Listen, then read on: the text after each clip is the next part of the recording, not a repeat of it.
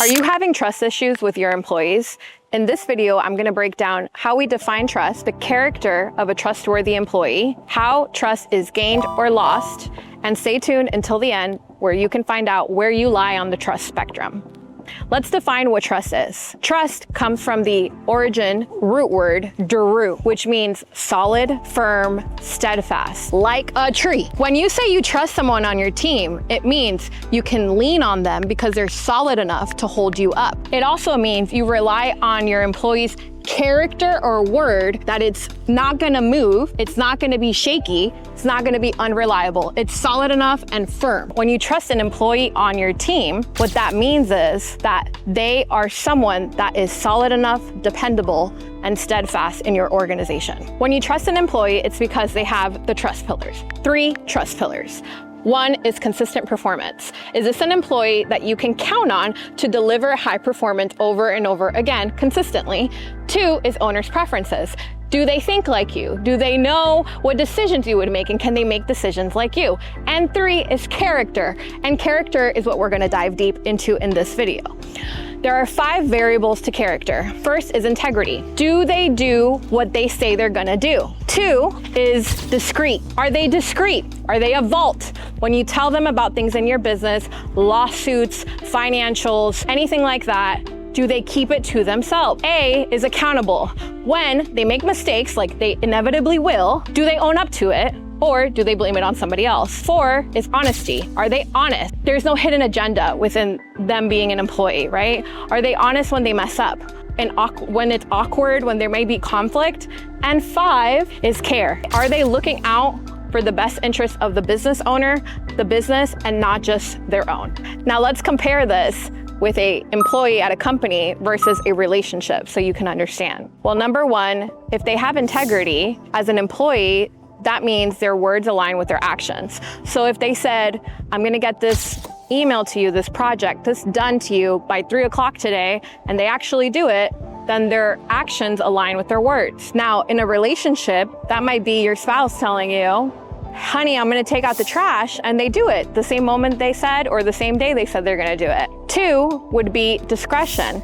So in a company, that looks like someone is in an important meeting and they're discussing finances, salaries, lawsuits, legal. They don't disclose any of that information to other coworkers or to other people that are not involved. In a relationship, what this looks like is you tell a friend a deep, dark secret of yours, and they keep it as a vault.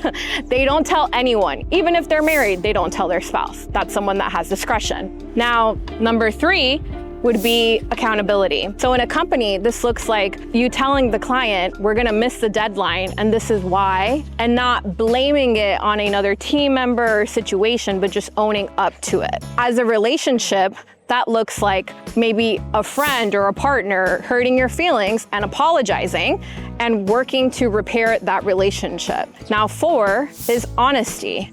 What this would look like is maybe there's a supervisor that is increasing pay or increasing a promotion, and you know that it's not based off favoritism, but based off performance, because there's no hidden agenda. Or in conflict, they're honest with you. Now, in a relationship, it's the same. If someone has honesty, that means they're not one person here and not another person in another setting or situation.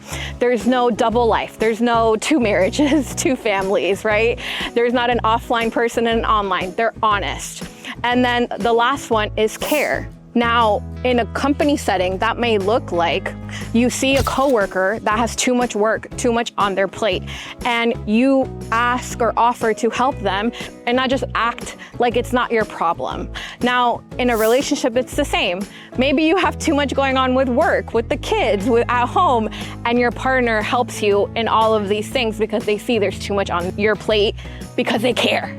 So that is, and the different examples between a company and an employee and what this may look like in a relationship.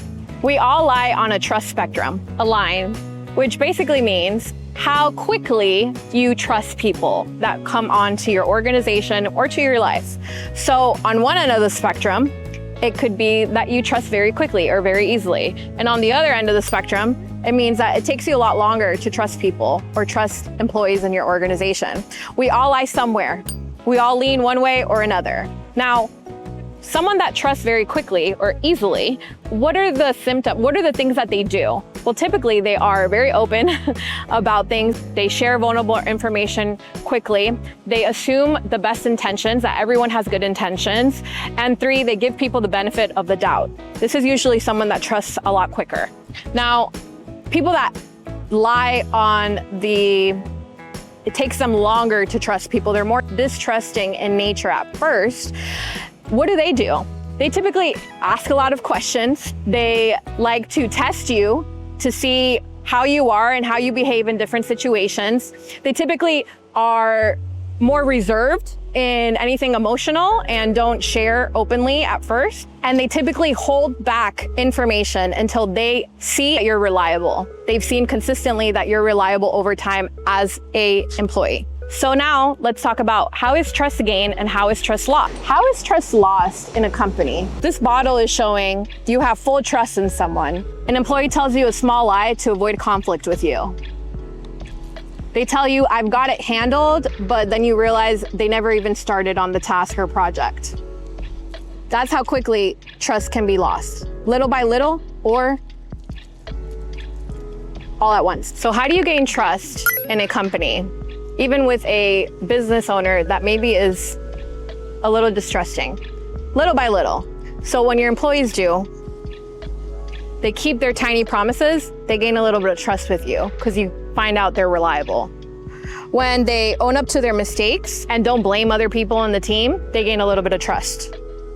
When there are no surprises with their behavior, so in different settings, they still act the same, they gain a little bit more trust with a business owner. And last but not least, you have to give it time.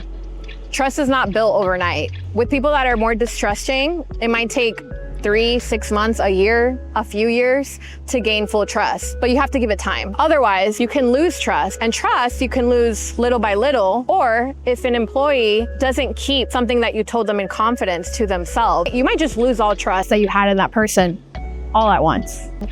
That's how you lose and gain trust. If you want more videos on how to build a high-performing team that you trust, hit that subscribe button.